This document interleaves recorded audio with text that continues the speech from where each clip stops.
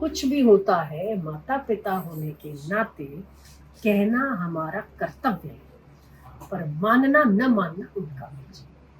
जिस दिन इस तरह से चलोगे ना, जल में कमलवत आनंदित रहोगे। जीवन जीने का तरीका सीख ले, बस कुछ है ही नहीं। जीवन बहुत आनंद करने वाला है, बहुत शांत है। जीवन की आपाधापी के पीछे कोई एक निर्मल जल है जो आपको शांत करता है। सो जाते हो, कोई चिंता नहीं है, शांत हो, आनंदित हो। कोई ऐसा क्षण आता है जब कोई ओमकार की ध्वनि चलती है या सत्संग चलता है, बड़े शांत हो जाते हो। तो कहीं ना कहीं आपका स्वरूप वो है। हम भूले बैठे हैं किन चीजों में, तो इसको ये होना चाहिए था, नहीं हुआ, नहीं हुआ, क्या हुआ, क्या होगा, कुछ नहीं। ये विश्वात्मा की सृष्टि है।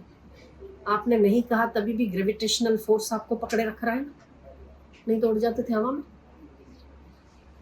कौन है जो चला रहा है सृष्टि? कोई तो है। कौन है जिसने रिश्ते बनाए? आपने इनको ढूंढा, इन्होंने आपको ढूंढा, किसने? कहीं जोड़ी बनी हुई है।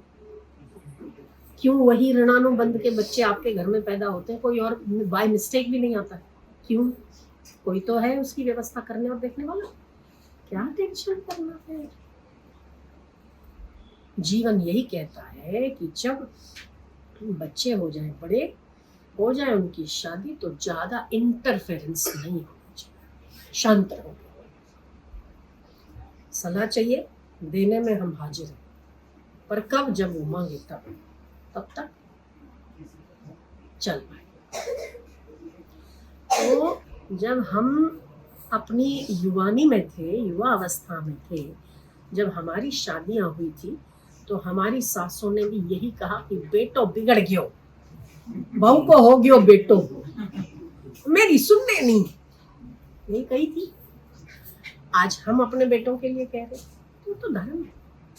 अगर उसने स्वीकार किया हमको, तो हमें भी स्वीकार करना चाहिए उसको। तो फिर अब कोई टेंशन नहीं, कोई नहीं, बस मौज करो। शरीर आपका है, वो भी नहीं है, पर फिर भी आपके अधिकार में है जितना, उसे स्वस्थ रखो। मन आपका है, उसे खुश रखो। बाकी तो सब परा है। बेटा बहू का, तभी तो सुनता नहीं। बहू किसी और की, वो मायके की, वो उसका सुनती है, तो वो भी हमारी नहीं, तो हमारा कौन हुआ? तो शरीर अपने अधिकार में, उसको स्वस्थ रखे। मन हमारे अधिकार में, हमारा है, इसलिए खुश रखे, कैसे भी खुश रखे। और बुद्धि को ईश्वर में लगा रखे, तो बस हो गई बात। क्या चाहिए और क्या चाहिए? ये सब सीखने के लिए ये सारी प्रपंच है। ईश्वर वही सिखा रहा है। अब रो के सीखो, हंस के सीखो, मर्जी आपकी। सिखा तो वही रहा है। ये सारे संसार के जो दस्तूर है, अपने बेटे अपनी बेटियां कितना करो, मर मिट जाओ, कोई ऐसा एक समय आता है जब आपको लगता है बेटा या बेटी नहीं रहेगा। पतियों के लिए, पत्नियों के लिए मर मिट जाओ, कोई ऐसा समय आता है जब आपको लगता है कि कोई किसी का नहीं। तो यही अनुभव के लिए भगवान ने वैतरू करा बढ़ाई बाटे सारी ढकोसली गाड़ी जो धक्का मार के चली है ना, इसी अनुभव के लिए चली। वो आज समझो या 10 दिन बाद या 10 साल बाद, समझना तो है ही। तो इसलिए अपनी आसक्तियों को, अपनी थोड़ा थोड़ा जो बिखरी पड़ी है, उसको थोड़ा कम करो। भजन में लगा दो, भगवान में लगा दो, वो तो सदा ही अपना है कि नहीं? नहीं होता तो ये सुनाने के लिए भी आपको यहाँ ना भेजता है ना, उसकी कृपा है तभी बैठे। बोलो। कहते हैं कि दर्शन भी ईश्वर की कृपा के बिना संभव नहीं। हमें बहुत साधारण सामान्य चीज लगती है, पर उसके अस्तित्व, उसकी उपस्थिति और उसके वाइब्रेशन से भी हमारा मन कितने कितने कलुष को धोता है, ये हम अंदाजा नहीं लगा सकते। क्यों कहते हैं कि संत जहाँ से गुजरते वो स्थान पवित्र हो जाता है? ऐसे ही थोड़ी पवित्र होता है। पवित्रता उसका स्वभाव है, तो वो पवित्र किए बिना नहीं रहता। तो आप पर दृष्टि पड़ती है, वचन सुनाई देते हैं, ये भी चित्त कहीं ना कहीं शुद्ध होता है, पवित्र होता है। तो इसीलिए बस अपने जीवन जीने का थोड़ा सा तरीका बदलो, अपेक्षाएं छोड़ो, अपने परमात्मा को रिझाने की कोशिश करो बस। वो रिझा तो जगत रिझा, वो नहीं रिझा तो कोई रिझा हुआ भी आपको आज नहीं तो कल खींचा हुआ दिखे। भगवान अपना है कि नहीं है?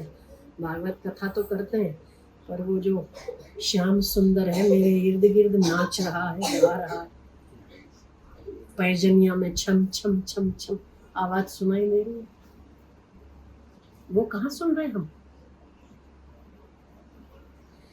तो जितना जितना हृदय भक्ति सबर होगा उतनी उतनी दिक्कतें कम, शांति ज्यादा।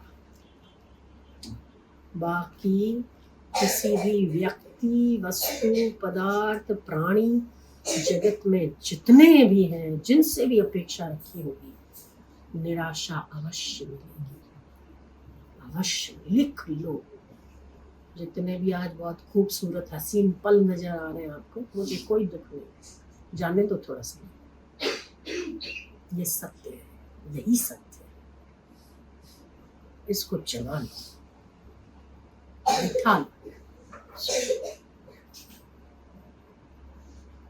ये आपका श्याम सुंदरी तो बुलवा रहा है, कौन बुलवा रहा है? कौन है जो मेरे मुंह से उच्चारण कर रहा है? कौन? उसके सिवा किस कोई अपना है नहीं? तो भजन भी है ना, सुनता मेरी कौन है, किसे सुनाऊं मैं? सुनता मेरी कौन है, किसे सुनाऊं, किस दर जाऊं मैं? तो बस एक भरोसा, एक बल, एक आस विश्वास। कभी कभी स्थितियां ईश्वर की कृपा से मिलती है, उसको धन्यवाद दो।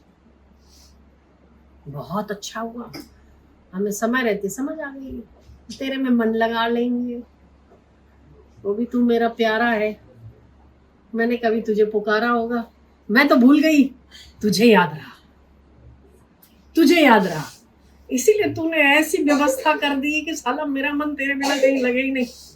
बहुत अच्छा, ये उसका धन्यवाद है। पता है कभी कभी हम दुखी होते हैं ना, तो हमारे चित्त से बड़ी पुकार निकलती है, और तब ईश्वर बहुत याद आते हैं।